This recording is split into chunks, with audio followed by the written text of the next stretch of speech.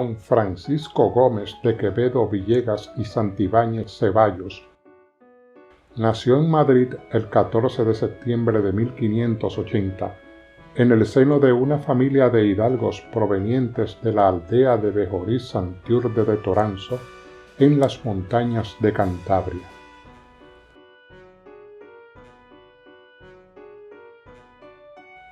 Nació patizambo, tenía una severa miopía y labio leporino, quizá por ello pasó una infancia solitaria y triste en la villa y corte, rodeado de nobles y potentados, ya que sus padres desempeñaban altos cargos en palacio, soportando las burlas de otros niños y entregándose compulsivamente a la lectura.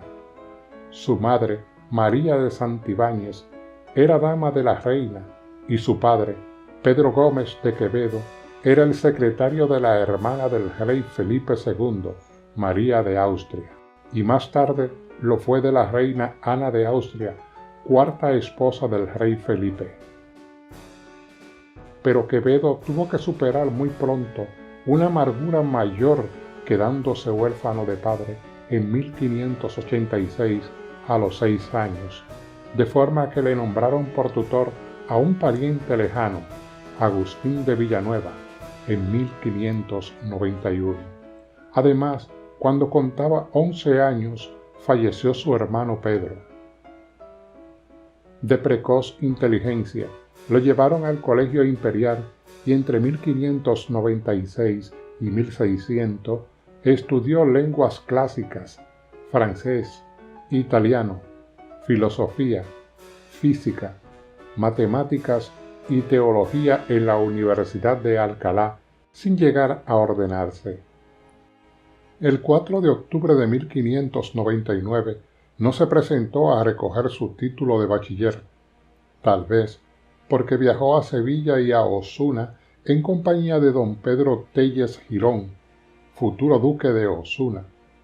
No lo hizo sino hasta el 1 de junio de 1600. Entre 1601 y 1605 estudia en la Universidad de Valladolid. Durante la estancia en la corte en Valladolid circularon los primeros poemas de Quevedo que imitaban o parodiaban los de Luis de Góngora bajo seudónimo Miguel de Musa. El poeta cordobés detectó con rapidez al joven que minaba su reputación y ganaba fama a su costa, de forma que decidió atacarlo con una serie de poemas. Quevedo le contestó, y ese fue el comienzo de una enemistad que no terminó hasta la muerte del cisne cordobés en 1627.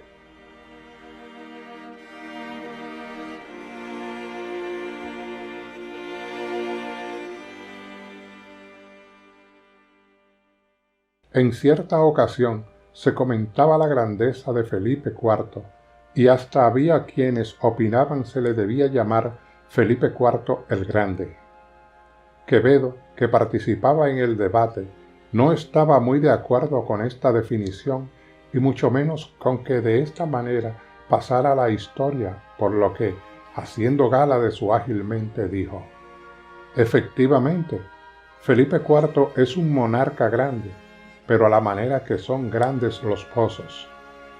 Quienes allí se encontraban preguntaron al poeta que qué quería decir con sus palabras, a los que éste les respondió: «Más grandes son los pozos, mientras más tierra se le quita».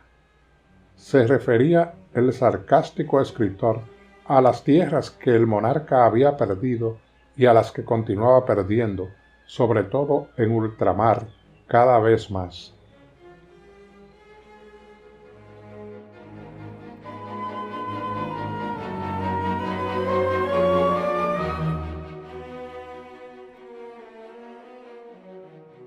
Entre los lectores había uno tan inoportuno que le escribía cartas, para colmo, poco interesante, demasiado seguidas.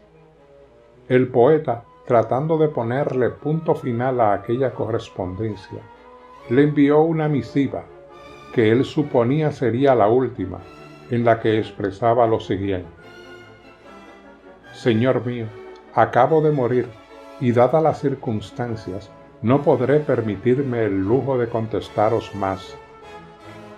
El insistente e inoportuno lector le contestó con otra carta, en cuya dirección ponía: a don Francisco de Quevedo, en el otro mundo.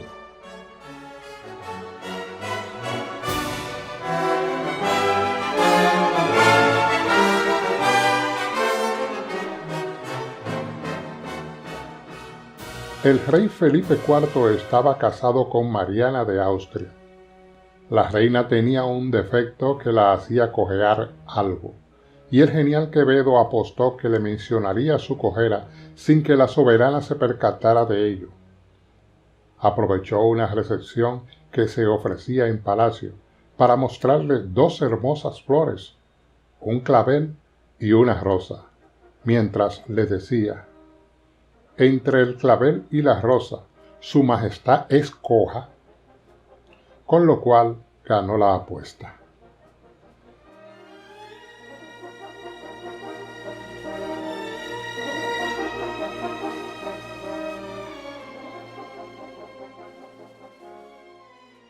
Cierto día el rey Felipe IV le pidió que improvisara una cuarteta, y el poeta, haciendo gala de su don de improvisador y su gran agilidad mental, pidió: «Dadme su majestad a un pie», y el rey, echándose un poco hacia adelante desde el trono, le alargó jocosamente una pierna.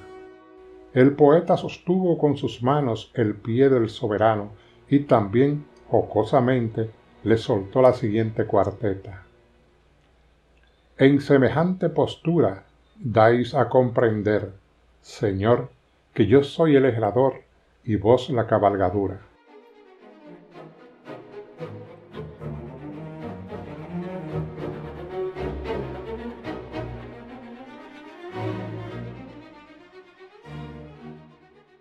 Se hallaba en cierta ocasión en Italia, donde tuvo una gran discusión con un italiano, por lo que se vio precisado a acudir ante el juez. Cuando éste le preguntó el nombre, el poeta le respondió muy orgulloso: «Don Francisco de Quevedo». «¿Por qué usted le hace tanto añadido al nombre?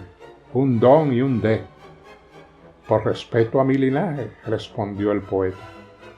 «Pero esto no es solo atribución suya», respondió el juez. «Es algo común a la mayoría de los españoles. ¿Por qué hace esto?» «Porque todos somos de ilustre linaje», contestó finalmente Quevedo. Entonces el juez le dijo que había conocido un español que se llamaba Luis García Peto, nada más.